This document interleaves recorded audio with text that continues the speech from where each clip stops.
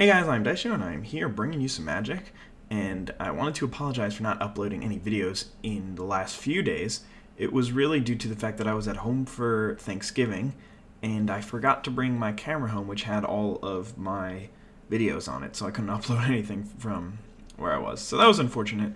But anyway, let's jump right into the gameplay. It's been a while since I've uploaded a draft video. I posted a whole bunch of, well, I guess 4 or 5 isn't really a whole bunch, but I did post some duels videos, and a lot of people are liking those, so I'll continue to do those as well as making these draft videos. Draft videos are what I have more fun doing, but duels is also pretty fun, so I'll keep doing that.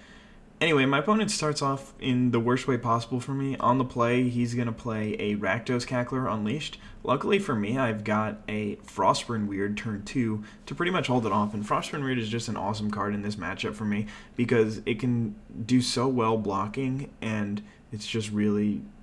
It's really a useful card. It can do well blocking, it can attack, it can hold things off, and it can also kill things. So here is a pretty important turn in the game. So he's trying to decide what to do. I'm not sure what he's got in hand, but I know one card he has in hand is going to be a Crippling Horror. I'm going to spoil it a little bit so I can talk about it.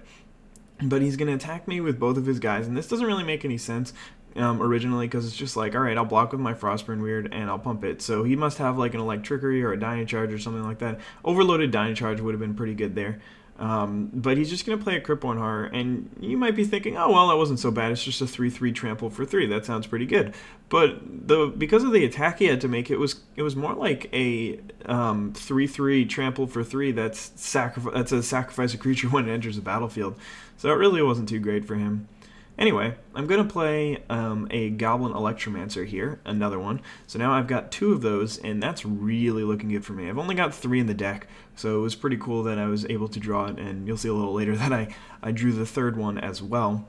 And it's pretty awesome to have that going. And then if I draw my Thought Flare, it costs like 2 mana or something like that, and Bluster Squalls are super cheap. I've got a Street Spasm in hand, which just gets even better because you basically get 1 activation for free if you overload it. So he's going to attack with both of his guys here, and this is, I think, somewhat of a mistake, not because of the result, but because of the process that he got there. So I do the same thing myself. Sometimes I play without thinking, and he made this attack, and he had to know that this was the most optimal block, and he should have been prepared for exactly what to do when that time came. I'm not trying to say that my opponent is the only person in the world who does that. I do that as well, and I'm sure a lot of you guys do too. So it's just important to learn from it, because this is the most obvious block. I want to trade off for the Cryptborn Horror, and I can do that. I can only lose 1 Goblin Electromancer, so I'm just trading an Electromancer for a 3/3 trample. That's good.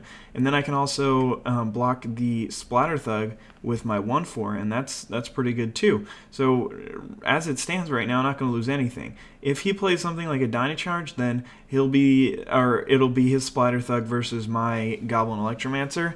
Or no, rather, he'll have the only creature, it'll be a Splatter Thug, and that would be awesome. But I decided not to play into it because I thought he would have, or play around it rather, because I thought he would have played it last turn if he did have the Dynacharge. But it just goes to show you how often cards like Dynacharge and even Electrickery are just really good, because an Electrickery would do the same thing. He would kill my Frostburn Weird and both my Electromancers and just lose his Cryptborn Horror. So sometimes those overload cards can just be surprisingly helpful. In the end, what he decides to do is launch party his Cryptborn Horror at my Frostburn Weird. But if he had known that that was going to be his plan all along, then he should have done that originally. And I do like the play overall, because he ends up getting rid of the only thing that can profitably block his, or just actually block his Splatter Thug, and the 3/3 wasn't doing too much on the board with a 1/4 and 2 2/2s there. So I like the play that he made, but I think he should have done that before combat. Then he would have been able to attack me and take me down to 10, which, I mean, any time you can get an extra damage with the Rakdos deck, that's really beneficial. So neither of these Electromancers are doing any blocking here. He's just got that gigantic thing in the way, so there's no way I can do anything about that. And I just swing it for 4 and then play these 2 dudes. I know that I've got a Bluster Squall in hand, and that now I have 8 power on board. I had a Bluster Squall and a Street Spasm, so I can basically just play my overload cards for 2 turns and then win. And that's really the goal, just overload a Street Spasm or a Mizium Mortars or what's the Bluster Squall, Teleportal, even a Chemistry's Trick can sometimes work, and then Cyclonic Rift as well. If you can overload those when you have a whole bunch of power on the board, either through Cobble Brutes or through just a lot of 2/2s, which is what I did, then that's really where you want to be going. But he Mind Routed me, so I had to discard. I didn't really care about the Rune Wing, but I also had to discard the Bluster Squall, which was annoying. I really wanted to save that just in case, so that he wouldn't be able to block me or anything. And I had to keep the Street Spasm, and I'm not really sure if I played it correctly. I could have played it last turn. Last turn? No, this is the first turn. I could have played it. I'm sorry, I don't remember.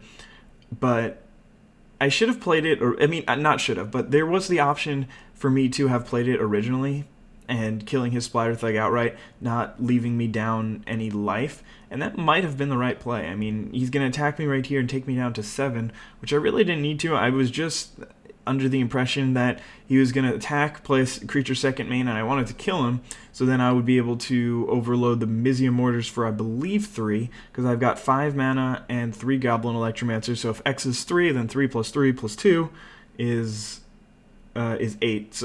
So instead, I just attack with everything, and he uses Launch Party. So I ended up taking that extra 3 damage. He would have had to Launch Party on his turn, and then I would have been aware of his plan. I would have been down a Street Spasm, but he would still be at 2, and I would be at 8 instead. And that is a much more comfortable life total. If you're curious, he's milling because of the Crosstown Courier. That doesn't really matter. The only thing that I care about is that he's a 2-power dude. So luckily, I'm still going to be able to pull through this game. He's got a Rakdos Shred Freak, and he's got a Deviant Glee on it. But unfortunately, he doesn't have the second black source for the other Deviant Glee. Also, it wouldn't really have mattered because I do have the Street Spasm in hand, so I would have been able to win anyway. But anyway, that's round 2. Hope you guys enjoyed. Have a nice day. Bye.